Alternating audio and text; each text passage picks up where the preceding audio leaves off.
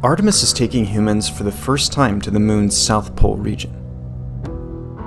This area of the moon features some of the coldest temperatures in the solar system. Artemis astronauts will look for signs of frozen water and gather clues about the young solar system when the planets and moons were just forming. Flash forward to astronauts exploring the lunar surface with the Artemis program. They're going to be doing exploration. They're going to be visiting a site on the moon that no human being has ever visited before. And they're going to be taking pictures and describing rocks that they see, collecting samples, deploying instruments. And we want to, have them experience all of these things here on Earth, of course, before they fly to the moon. NASA has been training astronauts in geology and geoscience for decades. These scientific fields help us understand the evolution of the physical and chemical makeup of planets and moons. From their deep interiors to their surfaces and atmospheres, Apollo astronauts had hundreds of hours of training in geology, or the equivalent of a master's degree, and Artemis astronauts will too. NASA's astronaut corps includes geologists, like astronaut Jessica Watkins. Yes, so my job title is now astronaut, NASA astronaut.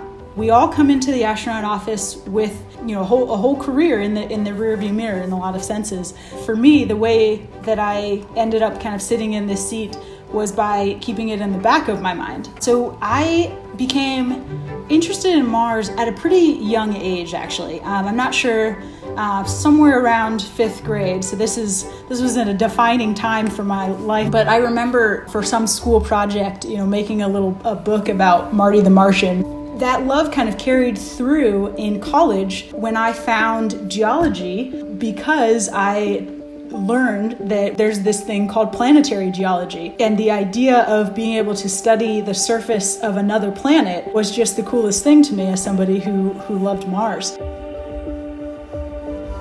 Geology training on our home planet covers just one aspect of what it would be like to scientifically explore the moon.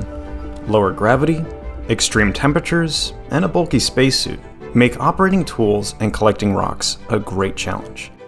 NASA scientists and engineers work hard to design and build custom tools that will work well in the extreme environment of the moon's south polar region.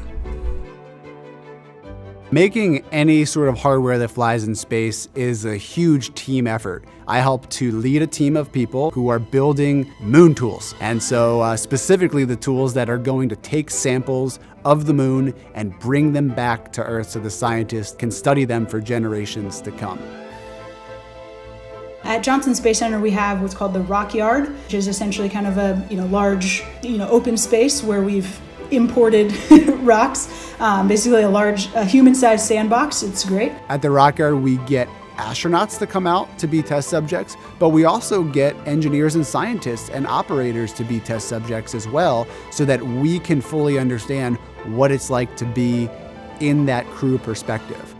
So understanding, what our priorities are, what types of rocks we're interested in and why, but also to start using the tools that we'll be using to collect those samples. Let's just start with the most simple tool, the geology hammer. You all know what a hammer looks like, but in the South Pole, it's going to be really cold there. And so we need to make sure that we're using a material that doesn't break at very cold temperatures. So we create a test plan that includes putting it through environmental testing, so putting the tools in very hot conditions and very cold conditions and making sure they work. We can't just go to the hardware store and buy a hammer, we have to go make a special one. And then we have testing like ergonomic testing to make sure that it actually works with the astronauts and that it fits their gloved hand when they're in the spacesuit. It's not too exhausting for them. There's all of these little different nuances of being in the spacesuit that are hard to fully appreciate unless you get in there.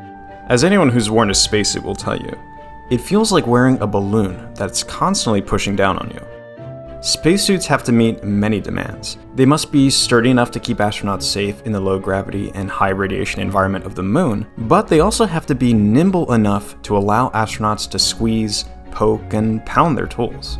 It's tough to describe, honestly. It's large, it's about 300 pounds, I think. You're kind of operating your own personal spacecraft in a lot of ways. The intent is for you to be able to manipulate your arms and legs in a way that you would on the ground. So we have a large pool here at the NBL, the Neutral Buoyancy Laboratory here on site. In the corner, we now have a moon area. So we've imported sand and rocks down there, and we've started to do runs trying to approximate 1/6 gravity. It's kind of a lot of moving pieces, but it's really fun. It's one of the coolest things we get to do.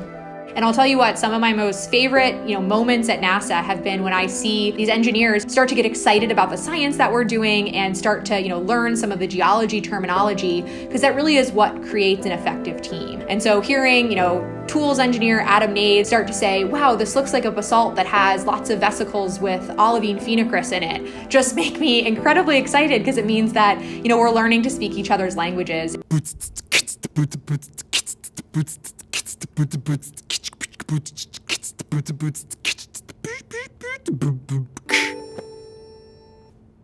There you go.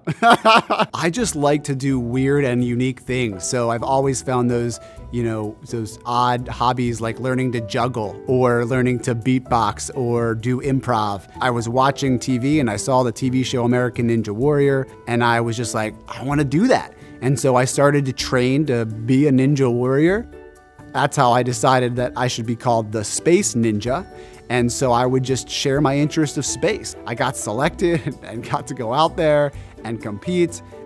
So I think we would limit ourselves if we only have one vision of what exploration looks like. Being a part of the NASA team has really showed me what that means and what exploration really looks like on a daily basis. But I do enjoy creative writing, short stories, poems sometimes. When I can find the time, it's just an enjoyable way for me to explore what I'm thinking and feeling, and really kind of use the other side of my brain.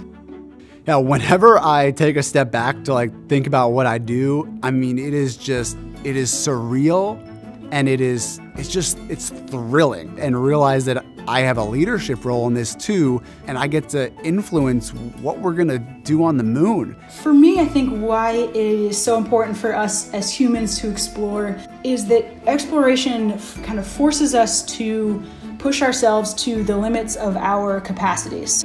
I think that's really important for us to do so that we can, find those boundaries and push them forward. See what's out there, see what we're made of, see what the universe is made of, and where we fit into it. The moon's south pole is an ideal location for many reasons. One reason is that we've collected more information about this region of the moon than any other, from a NASA orbiter that's been circling the moon for more than a decade. On the next episode of NASA Explorers, why the South Pole? What remaining questions do scientists have about the moon and solar system? And how will going to the South Pole help answer those questions?